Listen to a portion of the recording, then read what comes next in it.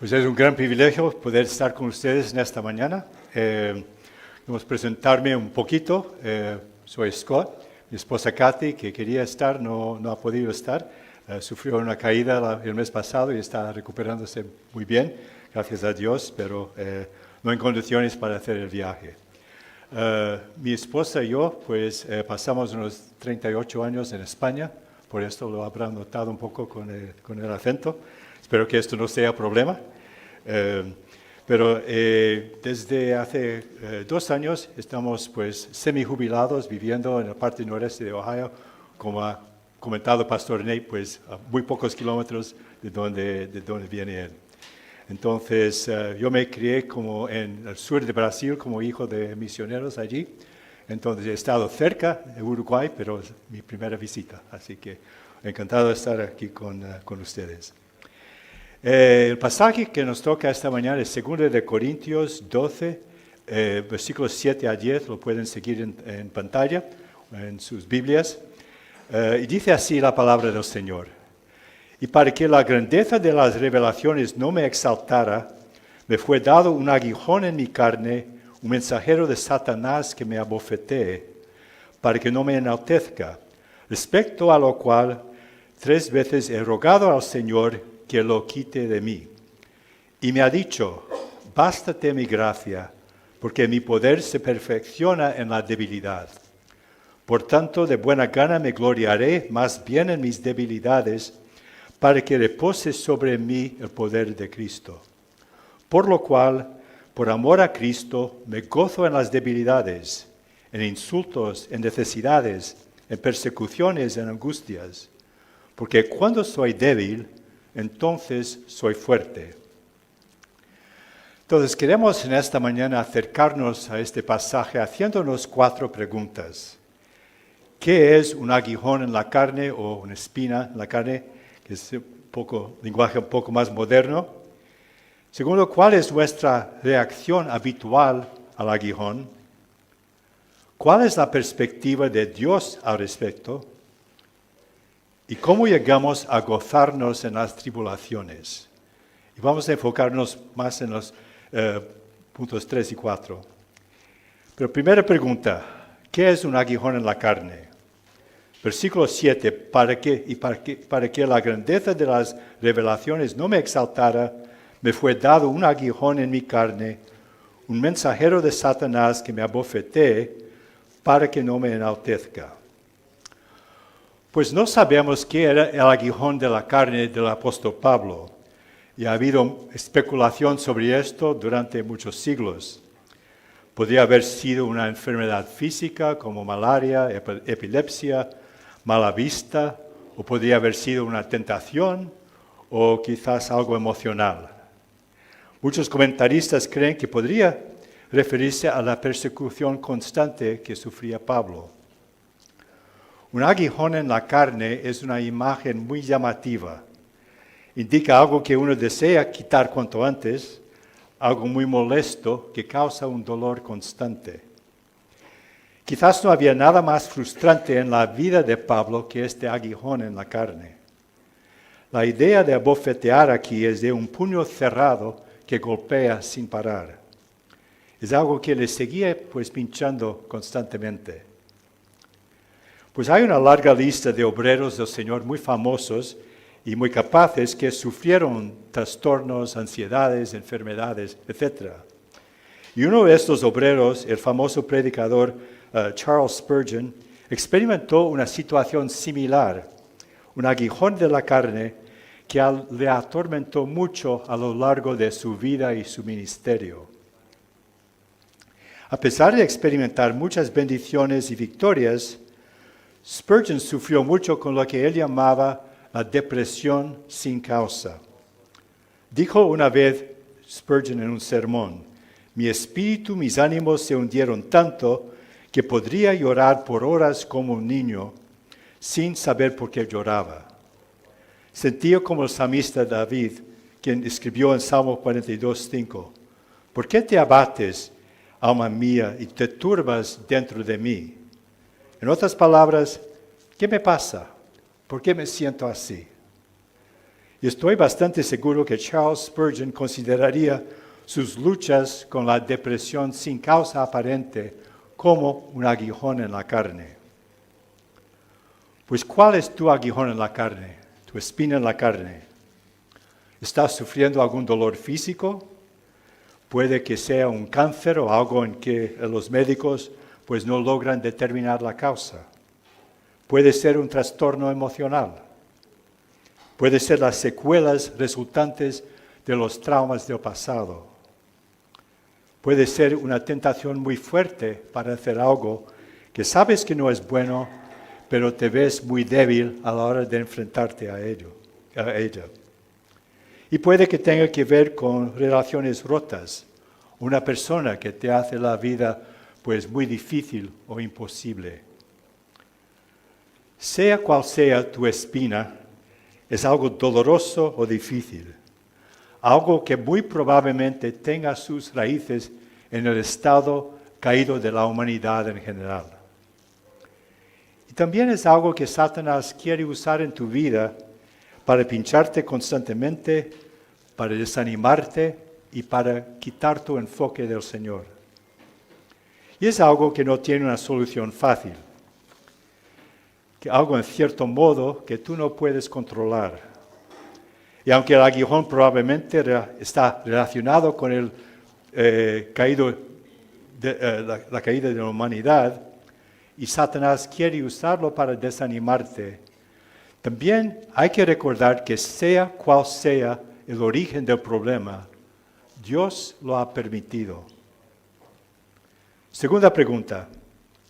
¿Cuál es nuestra reacción habitual al aguijón? Versículo 8. Respecto a lo cual 3 veces he rogado al Señor que lo quite de mí. La primera reacción de Pablo era: Señor, quítalo de mí. Y este versículo indica cómo el apóstol Pablo oró sobre este asunto. Oró 3 veces. Nos hace recordar que Cristo oró 3 veces antes de enfrentarse a la cruz y una muerte horrible. Abba, Padre, todas las cosas son posibles para ti. Aparta de mí esta copa. Y es posible que Pablo intentara negociar un poco con el Señor, como a veces nosotros hacemos. Señor, podría servirte mucho mejor en el ministerio si no tuviera que sufrir esto. Hablar de 3 veces es una manera de hablar que significa pedir algo constantemente, de forma repetida. Ahora, no hay nada que indique que no podemos buscar soluciones para nuestro aguijón. No tenemos que ser fatalistas en cuanto al aguijón. Las Escrituras nos instan a orar el uno por el otro y llevar las cargas el uno del otro para que seamos sanados.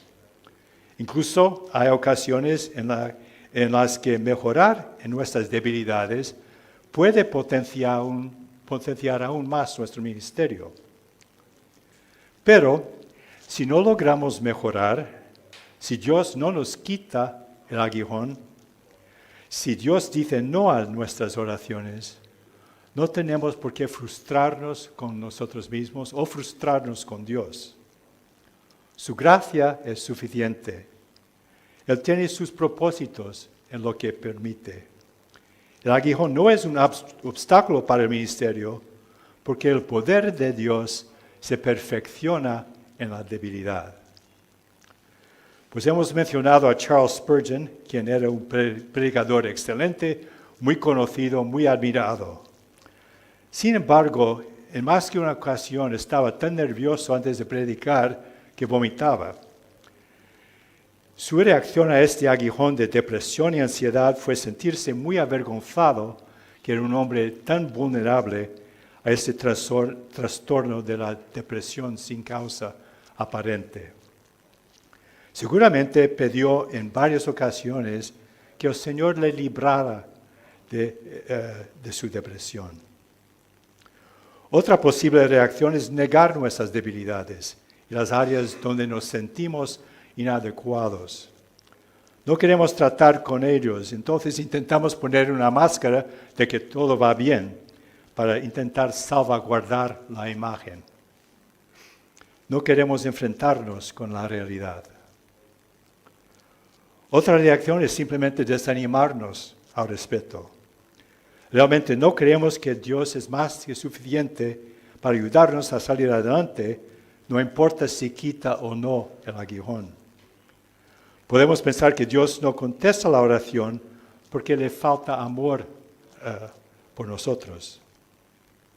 Y también podemos pecar por desobediencia o inacción porque dudamos que Dios quiera o pueda usarnos en nuestra situación. Y cuando pasamos por pruebas, por tiempos difíciles, nuestra primera reacción es hacer todo lo posible para aliviar el sufrimiento. Pedimos a veces desesperadamente que Dios nos libre del problema. Incluso llegamos a decirle a Dios que estamos dispuestos a hacer cualquier cosa con tal de que nos quite el problema por encima. Intentamos negociar con Dios. Y esto llega a ser especialmente intenso o complicado si nuestro aguijón es algo que la gente cree que un cristiano no debe padecer. Algo, por ejemplo, como la ansiedad, la depresión, la lujuria, alguna tentación sexual o alguna adicción.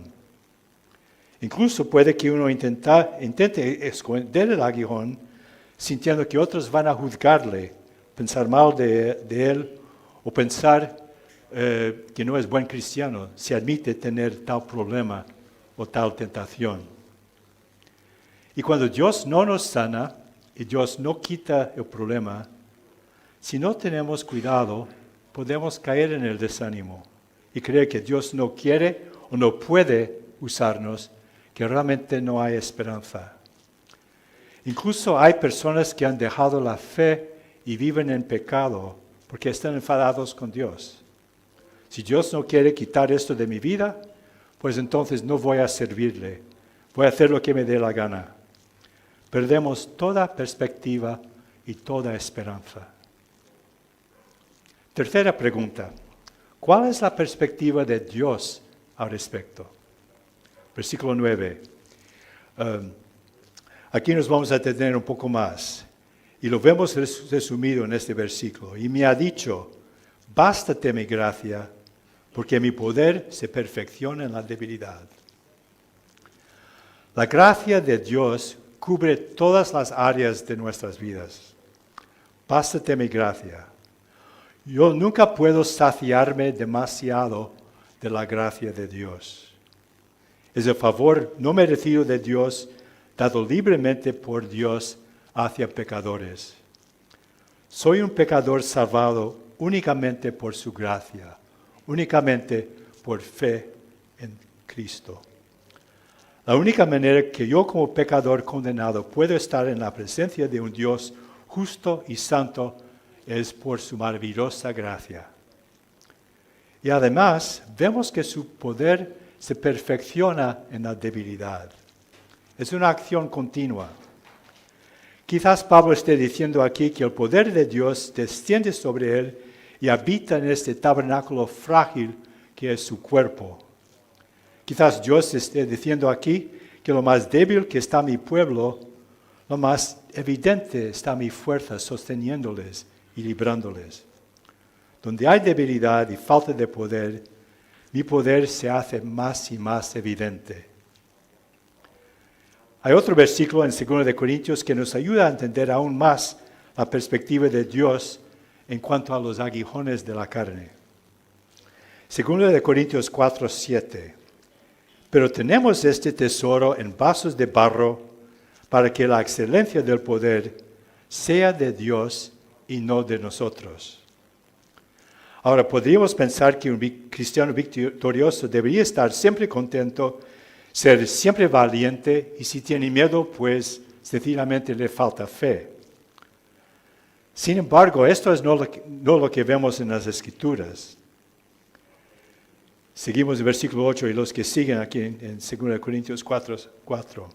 Estamos atribulados en todos, mas no angustiados. En apuros, mas no desamparados. Perseguidos,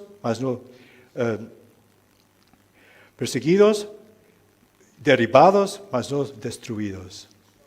En otros versículos de la misma epístola, vemos que Pablo fue abrumado de sobremanera más allá de sus fuerzas, de modo que aún perdió esperanza de conservar la vida.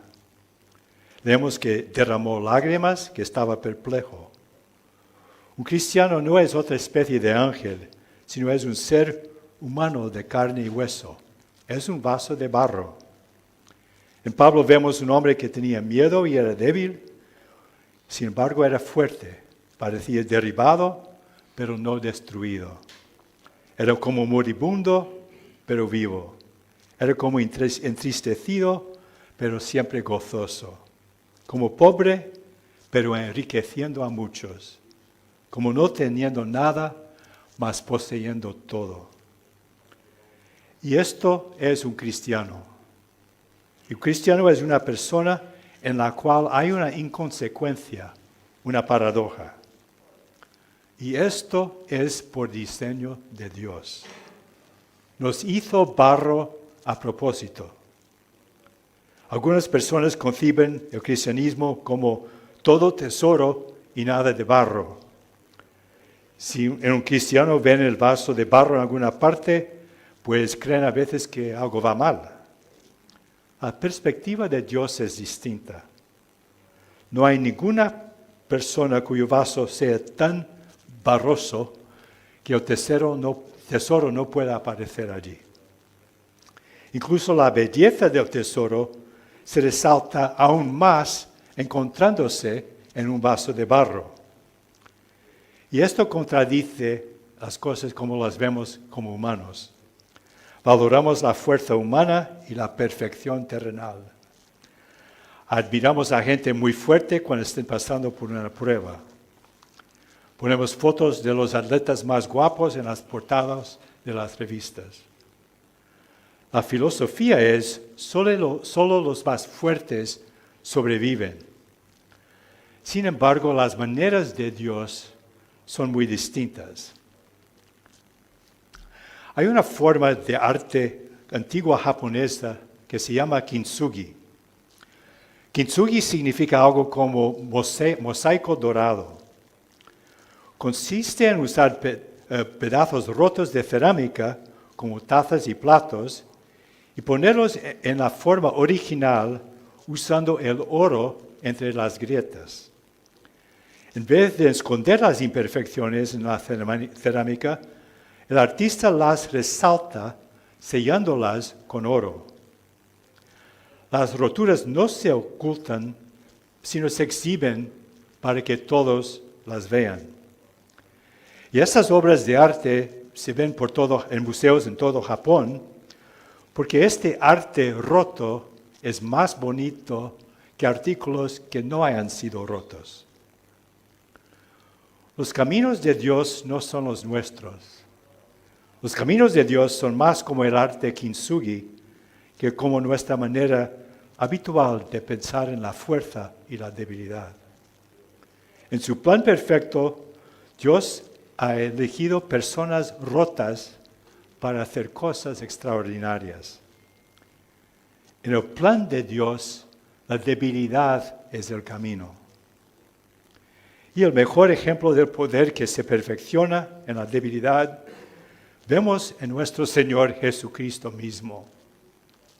En el libro de Apocalipsis, cuando Juan percibe algo de la gloria celestial y ve a Jesús resucitado de los muertos, lo describe como un cordero inmolado.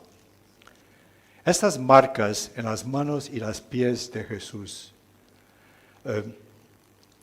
no son una deformidad, sino son las cicatrices más bonitas de la historia. El cuerpo roto de Jesús es nuestra única esperanza y salvación. Y nuestros propios cuerpos también pueden ser un cuadro bonito de la gloriosa redención de Dios. Cuarta pregunta. ¿Cómo llegamos a gozarnos en las tribulaciones? El apóstol Pablo nos da un resumen de cómo él aplicó la perspectiva de Dios en los versículos que siguen en 9 y 10. Por tanto, de buena gana me gloriaré más bien en mis debilidades, para que repose sobre mí el poder de Cristo. Por lo cual, por amor a Cristo, me gozo en las debilidades, en insultos, en necesidades, en persecuciones, en angustias. Porque cuando soy débil, entonces soy fuerte. Pues a primera vista esto parece una exageración, ¿verdad? ¿Conoces a alguien que realmente pone en práctica esto? ¿Que realmente se regocija en sus enfermedades? Yo creo que es importante entender lo que Pablo quiere decir aquí. Es importante entender también un poco más de lo que significa gozarse. No es sentirse feliz en las pruebas y las enfermedades. No es una especie de masoquismo cuando uno disfruta del dolor. El gozo es algo mucho más profundo y se basa en nuestra relación con Cristo. Es esta paz que sobrepasa todo entendimiento, debido a la presencia de Cristo en nuestras vidas. Es entender la perspectiva de Dios en cuanto al sufrimiento y poder experimentar contentamiento en medio de ellos. Entonces, ¿cómo podemos gozarnos en las tribulaciones? Primero, aprender a buscar la intimidad con Dios más que sus bendiciones. Y esto, la verdad, no es muy natural para nosotros. Vivir bajo este arreglo requiere que cedamos control sobre lo que pasa en nuestras vidas y confiemos que Dios hará lo que mejor le parezca. Tiempos devocionales, oraciones fervientes, no garantizan que el cáncer no volverá. Tampoco garantizan un ministerio más expandido y eficaz. La verdad es que preferimos tener influencia, sino control, sobre las bendiciones que vienen hacia nosotros. Si obligaras a un niño pequeño a elegir entre tener su padre en casa el día de su cumpleaños, pero sin regalos, o tener un montón de regalos, pero sin papá, más que un niño elegiría los regalos. Solamente los maduros valorarían la presencia de papá más que los regalos. Hasta que realmente experimentemos a Dios, solemos preferir sus bendiciones más que intimidad con Él. Preferimos controlar más que confiar. Creo que para que Pablo pudiera llegar al punto de gozarse en sus debilidades y aceptar su aguijón, tuvo que llegar al punto de querer intimidad con Cristo más que sus bendiciones. Segunda cosa que nos puede ayudar es reconocer que a través de nuestro aguijón, Dios quiere enseñarnos a ser humildes. El pasaje que hemos leído empieza así: y para que la grandeza de las revelaciones no me exaltara, me fue dado un aguijón en mi carne, un mensajero de Satanás que me abofetee para que no me enaltezca. Y en los versículos anteriores, Pablo comparte una experiencia con una visión, una experiencia donde dice que fue arrebatado al tercer cielo. Y aprendió cosas muy importantes allí, cosas profundas, mucho más allá que la inteligencia y conocimiento del hombre. Y parece que el Señor sabía que Pablo podría enorgullecerse fácilmente por esta experiencia especial con Dios, y por esto Dios, por lo menos en parte, permitió el aguijón y no contestó con un sí a las oraciones de Pablo pidiendo liberación del aguijón. En el fondo, las razones por las que queremos siempre aparentar que todo está bien cuando no lo está, o estamos estresados en nuestros intentos de esconder el aguijón, tiene que ver con nuestro orgullo. Nuestro aguijón es una excelente oportunidad para aprender a ser más humildes, porque reconocemos que en nuestras propias fuerzas no hay nada que podemos hacer al respecto. Tercera cosa es reconocer que Dios es especialista en usar cosas muy pequeñas y personas débiles. Recordarán la historia de Gedeón. Dios usó un ejército de 300 hombres para derrotar un ejército de casi 120,000. Dios sabía que los hombres suelen jactarse un poco de sus hazañas en el campo de batalla. En esta ocasión, Dios quería que fuera evidente que la victoria fuera por su poder, y por esto puso el ejército en una posición de que era imposible para ellos tomar el crédito por lo ocurrido. Y hay muchos ejemplos más. Dios usó a David con 5 piedras para matar al gigante. Jesús alimentó a los 5,000 con 5 panes y 2 peces. ¿Es posible que Dios quiera usarte a ti con tu debilidad, con tu aguijón, para su ministerio, pero de tal manera que sea imposible para ti tomar el crédito? También nos puede ayudar a aprender a depender más de Dios. No sé de ti, pero para mí la tentación para hacer las cosas en mis propias fuerzas está siempre allí. Si el Señor nos ha dado ciertas habilidades y talentos, podemos depender de ellos en vez de depender de Él. Y nuestro aguijón nos recuerda que sin Él, sin su gracia, sin su amor constante, su misericordia, sin su empoderamiento, pues nada podemos hacer. Y no es nada malo encontrarnos en una situación así, porque su poder se perfecciona en la debilidad. Entonces, de esta manera, Dios recibe honra y gloria, porque es evidente que lo que se ha logrado únicamente podría haber sido o haber venido de Él. Al depender de Él, nos ayuda a salir adelante. Romanos 8:26 dice, de igual manera, el Espíritu nos ayuda en nuestra debilidad, pues ¿qué hemos de pedir como conviene? No lo sabemos. Pero el Espíritu mismo intercede por nosotros con gemidos indecibles. También nos puede ayudar a reconocer que nuestro aguijón, nuestras debilidades, dirijan a las personas a Cristo y no a nosotros. En vez de ser alabado por las personas, por nuestras habilidades, nuestra valentía o lo bien que estamos llevando las cosas. Lo positivo del aguijón es que pone el enfoque en Jesús y no en nosotros. Según Corintios 6 o 4, 10 a 11 dice, donde quiera que vamos, llevamos siempre en el cuerpo la muerte de Jesús, para que también la vida de Jesús se manifieste en nuestros cuerpos. Pues nosotros que vivimos, siempre estamos siendo entregados a la muerte por causa de Jesús, para que también la vida de Jesús se manifieste en nuestra carne mortal.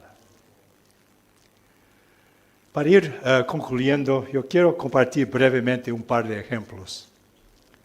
Ya hemos hablado de Charles Spurgeon. Spurgeon llegó a ver su gran sufrimiento como algo que le llevó más cerca de Dios. En una charla dijo a unos pastores y estudiantes, él dijo, me atrevo a decir que la mayor bendición terrenal que Dios puede dar a cualquiera de nosotros es la buena salud, con la excepción de la enfermedad. Lo que está diciendo es que nuestras enfermedades son de más bendición que nuestra salud. Y continúa, si algunos hombres que conozco pudieron ser favorecidos con un mes de reumatismo, lo que haría por la gracia de Dios es templarles maravillosamente. Y también dijo, temo que toda la gracia que he recibido de mis tiempos cómodos y fáciles cabría encima de una moneda. Pero lo bueno que he recibido de mis tristezas, dolores y congoja es completamente incalculable. La aflicción es el mejor libro de la biblioteca del pastor. Y si me permiten, con un ejemplo personal, hace ya unos años, cuando yo era el director de nuestra misión en España, pues yo pasé por un tiempo emocional muy difícil. Y había una época cuando tomaba un antidepresivo y un ansiolítico a la vez. Y por las circunstancias era evidente a otras personas que pasaba algo. Entonces, en vez de esconderlo, el Señor me dio la gracia para poder ser honesto y transparente en cuanto a lo que estaba pasando. Y lo que vi es que esto abrió puertas para el ministerio, para otras personas y sobre todo otros misioneros que empezaron a compartir sus problemas conmigo. Yo antes, pues, con gente con adicciones, y gracias a Dios no entré en una adicción en ese momento, pero yo siempre dije, bueno, hay que ser fuertes, etc. Y yo cambié y me dio compasión por gente que sufre así, intentando hacer cualquier cosa para aliviar el dolor.